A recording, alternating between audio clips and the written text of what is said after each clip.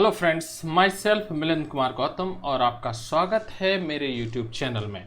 दोस्तों, आज मैं केमिकल बॉन्डिंग की एक इम्पॉर्टेंट टॉपिक सिखाने जा रहा हूं जो कि है डाइपोल मोमेंट। डाइपोल मोमेंट सीखने से पहले हम ये सीख लेते हैं कि इस कॉन्सेप्ट की रिक्वायरमेंट क्यों है, मीन्स किस टाइप के मॉलिक्यूल में इस कॉन्सेप्ट का यूज होता है। दोस्तों, आपको मेरा वीडियो पसंद आए तो लाइक ज़रूर कीजिए, सब्सक्राइब कीजिए, जिससे आपको इतने ही अच्छे और इससे भी अच्छे कंटेंट के वीडियो मिल सकें।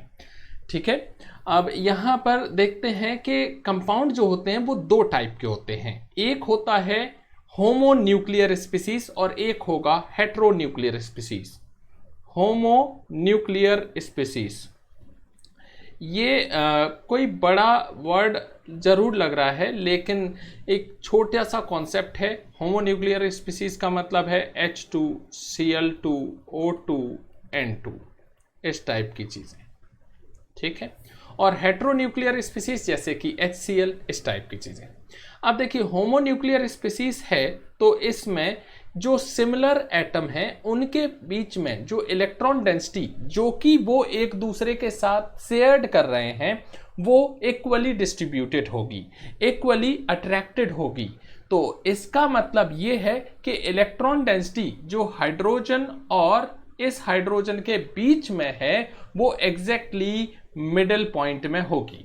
मतलब ये सिंपल सी बात है कि दो बंदे एक चीज को खींच रहे हैं लेकिन वो इक्वल फोर्स से खींच रहे हैं, तो वो जो ऑब्जेक्ट है वो अपनी ही पोजीशन पर बना रहेगा, मिडिल में बना रहेगा। तो यहां पर हर किसी होमोन्यूक्लियर स्पीसीज में यही होगा कि जो इलेक्ट्रॉन डेंसिटी है वो middle of the molecule exist करेगी, ना ही किसी एटम के तरफ होगी। और इस तरीके से इनको कहा जाता है होमोन्यूक्लियर स्पीसीज। और जब इलेक्ट्रॉन डेंसिटी मिडिल में होती है तो उनको कहा जाएगा नॉन पोलर मॉलिक्यूल।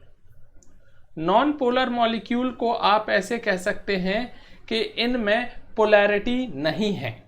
ठीक है, अब इस चीज को मैं हेट्रोन्यूक्लियर स्पीसीज से समझाऊंगा तो आपको समझ में आ जाएगा दोनों को कंपेयर करके, और फिर जो वर्ड्स या नेमिंग आपको मिलेगी उससे आप आसानी से समझ पाएंगे। अब एक चीज ले लेते हैं, हेट्रोन्यूक्लियर स्पीसीज। न्यूक्लियर स्पीसीज, इसका एक जनरल हम ले लेते हैं HX। ठीक है, HX में आप जानते हैं जो हैलोजन होता है उसकी इलेक्ट्रोनेगेटिविटी हाइड्रोजन के कंपैरिजन में ज़्यादा होती है। इसीलिए हम क्या देखेंगे, इसमें इलेक्ट्रॉन डेंसिटी पार्शियली हैलोजन के टुवर्ड्स शिफ्ट हो गई है।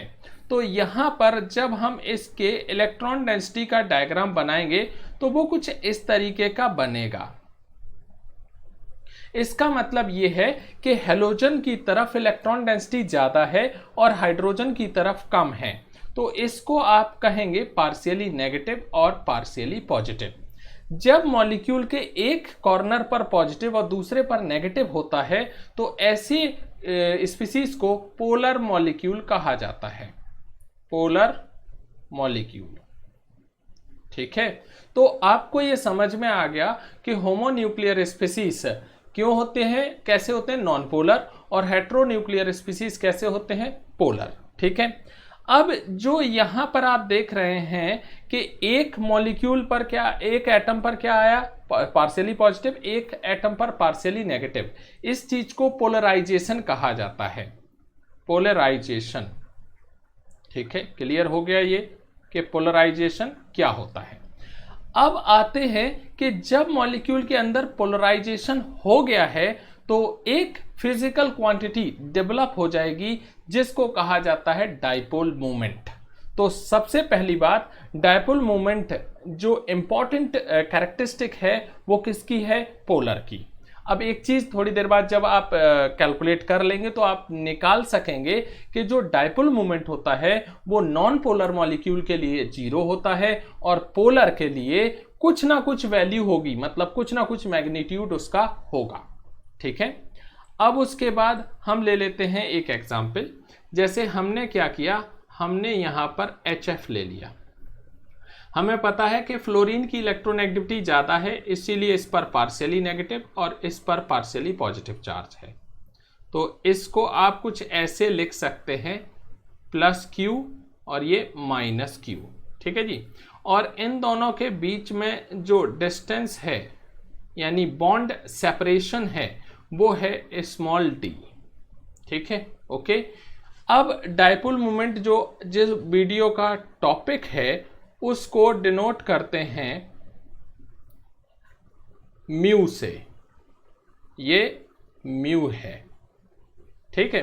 तो यहां पर म्यू इज इक्वल टू हो जाएगा Q इंटू डी, यानी quantity of charge multiplied by bond length या फिर बॉन्ड सेपरेशन, ठीक है, डिस्टेंस ऑफ सेपरेशन। इस चीज को किसी किसी बुक में आपको Q इंटू आर से भी रिप्रेजेंट किया गया है, बात एक ही है, ओके। जो Q है, सॉरी जो म्यू है, उसकी जो यूनिट होती है उसको डीबे कहा जाता है या फिर डी से रिप्रेजेंट किया जाता है, ठीक है, ओके। और 1D इज इक्वल टू कितना होता है ये भी आपको पता होना चाहिए, 3.33 इंटू 10⁻⁻30 कूलम मीटर, ठीक है। ये इसका कन्वर्जन हो गया। तो आपको ये क्लियर हो चुका है कि डायपोल मोमेंट क्या होता है और डायपोल मोमेंट किस में होता है। डायपोल मोमेंट ध्यान रखिएगा उसी में होगा जिसमें एक एटम पर पार्शियली पॉजिटिव पार्शियली नेगेटिव है, मतलब वो पोलर मॉलिक्यूल है, ठीक है, क्लियर हो गया ये। अब उसके बाद आगे की चीजें, जो डायपोल मोमेंट है वो एक वेक्टर क्वांटिटी है, वेक्टर क्वांटिटी है, और इसको कुछ इस तरीके से डिनोट करते हैं, ये इसका साइन होता है। इसमें ये जो होगा वो होगा towards more electronegative species, negative species, ठीक है। और ये हेड है, ठीक, और ये जो है वो है टेल, और ये होगी towards less electronegative species, negative species, ठीक है, क्लियर हो गया। अब ये तो मैंने बता दिया कि इसको इस तरीके से डिनोट करते हैं, ये एरो होता है, लेकिन अगर कोई मॉलिक्यूल दिया गया है तो उसमें हम किस तरीके से रिप्रेजेंट करेंगे वो देख लीजिए। देखिए यहाँ पर हमने ले लिया HF जो ऊपर आपको देखने को मिला था, तो इसमें इस तरीके का एरो लगेगा। HCl ले लिया, उसमें आप इस तरीके से एरो लगाएंगे। देखिए क्यों, क्योंकि फ्लोरीन की इलेक्ट्रोनेगेटिविटी ज़्यादा है, हाइड्रोजन की कम है, क्लोरीन की ज़्यादा है, हाइड्रोजन की कम है, ठीक है, क्लियर हो गया। ये रिप्रेजेंट कैसे किया जाता है। अब एक दो मॉलिक्यूल के एग्जाम्पल लेंगे और फिर उसके बाद डायपोल मोमेंट उसमें निकालने की कोशिश करेंगे और समझने की कोशिश करेंगे कि किस केस में डायपोल मोमेंट 0 हो जाता है और किस केस में कोई ना कोई मैग्नीट्यूड रहेगा, ठीक है।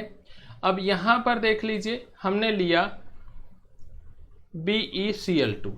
सबसे पहली बात, हमें स्ट्रक्चर बनाना आना चाहिए। अगर स्ट्रक्चर गलत बन गया तो इसका मतलब ये है कि आपका डायपोल मोमेंट भी गलत निकल जाएगा। यहाँ पर देखिए BeCl इंडिविजुअल बॉन्ड पोलर होता है, मतलब BeCl2 में BeCl बॉन्ड का कुछ ना कुछ डायपोल मोमेंट होगा, लेकिन वो डायपोल मोमेंट दूसरे डायपोल मोमेंट से कैंसिल हो जाता है, क्योंकि ये दोनों वेक्टर क्वांटिटी हैं और दोनों एक दूसरे के अपोजिट हैं, इसीलिए म्यू इज इक्वल टू 0, यानी BeCl2 एक नॉन पोलर मॉलिक्यूल है। अब उसके बाद है BF3, B और ये F और ये F और ये F, ठीक है। यहाँ पर देख लीजिए क्या होगा, इसका डायपोल मोमेंट इधर की तरफ, इसका यहाँ की तरफ, इसका यहाँ की तरफ। अब ये दोनों जो हैं, इसका जब आप रिजल्टेंट निकालेंगे तो ये निकलेगा। अब आप कहेंगे कि ये वाला और ये वाला जस्ट एक दूसरे के अपोजिट है, इसीलिए कैंसिल कर देगा और डायपोल मोमेंट अगेन 0 हो जाएगा। जैसे BeCl2 नॉन पोलर है वैसे ही BF3 भी नॉन पोलर है। ठीक है, क्लियर हो गया ये। अब उसके बाद देखें, एक क्वेश्चन है NCERT का 4.23, उसमें आपको अमोनिया NH3 और NF3 इन तीन दोनों के जो डायपोल मोमेंट है उनको कंपेयर करने के लिए कहा गया है। मैं दोनों का स्ट्रक्चर बना देता हूं। देखिए कुछ ऐसे बनेगा और इसमें एक लोन पेयर, यहां पर मैंने ये बनाया, इसमें ये लोन पेयर। ठीक है, अब आप देखिए N और H में नाइट्रोजन की जो इलेक्ट्रोनेगेटिविटी होती है वो ज़्यादा होती है, तो डायपोल मोमेंट ऐसे आप रिप्रेजेंट करेंगे। इस केस में आप ऐसे रिप्रेजेंट करेंगे, इस बॉन्ड के लिए आप ऐसे रिप्रेजेंट करेंगे। ठीक है, और ध्यान रख दीजिएगा लोन पेयर के लिए डायपोल मोमेंट की जो डायरेक्शन है वो कुछ इस तरीके से होती है।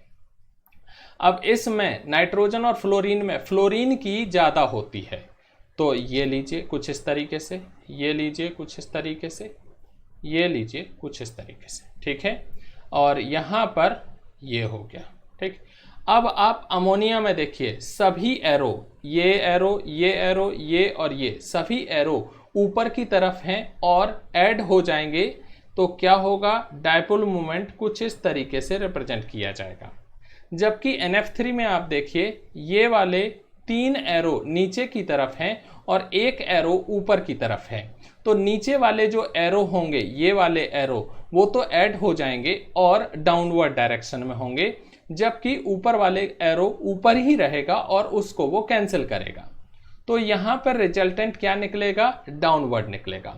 अब दोनों को कंपेयर करेंगे तो NH3 में डायपोल मोमेंट अपवर्ड डायरेक्शन में है और मैग्नीट्यूड भी ज़्यादा है, जबकि NF3 में डायपोल मोमेंट डाउनवर्ड डायरेक्शन में है जबकि मैग्नीट्यूड कम है। तो दोस्तों यहाँ पर मैंने डायपोल मोमेंट के बारे में जो बेसिक चीज़ें हैं NCERT की वो आपको समझा दी। ये 11th क्लास में बहुत ही इम्पॉर्टेंट चीज़ है और मैंने आपको NCERT का क्वेश्चन भी करवाया। आपको अगर कोई डाउट हो तो कमेंट करके ज़रूर पूछिए। वीडियो आपको अच्छा लगा हो तो ज़रूर बताइए, लाइक कीजिए और डेफिनेटली सब्सक्राइब कीजिए, जिससे आपको और अच्छे वीडियो मिल सकें। ठीक है, best of luck and thank you.